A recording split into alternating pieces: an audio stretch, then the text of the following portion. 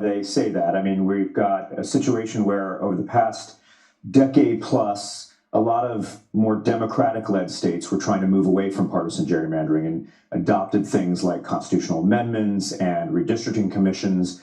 California was one of those states, of course, and they witnessed the president now attempt to pressure friendlier states like Texas to draw districts that appeared to favor Republicans. And I think what I've heard from Democrats is they viewed it as somewhat unilateral disarmament. And the only way to get both parties to the table is perhaps to have, essentially mutually assured destruction, that the blue states are going to redistrict for themselves, the red states are going to redistrict for themselves.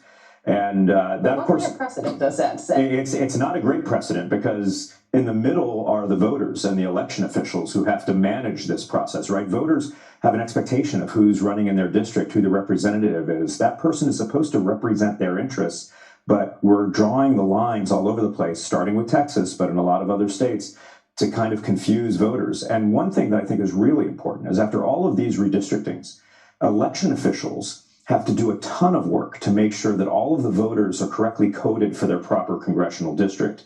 Now, that work is manageable if you can plan every 10 years to do it. But if we start getting to the point where we're doing it every 2 years, it's a real problem. And right now, election officials all over the country are preparing for the primaries and the general election in November. If this Virginia referendum passes, as it might be close, there will be litigation over it, of course, but we might see other states. Florida is talking about perhaps calling a special session and redistricting.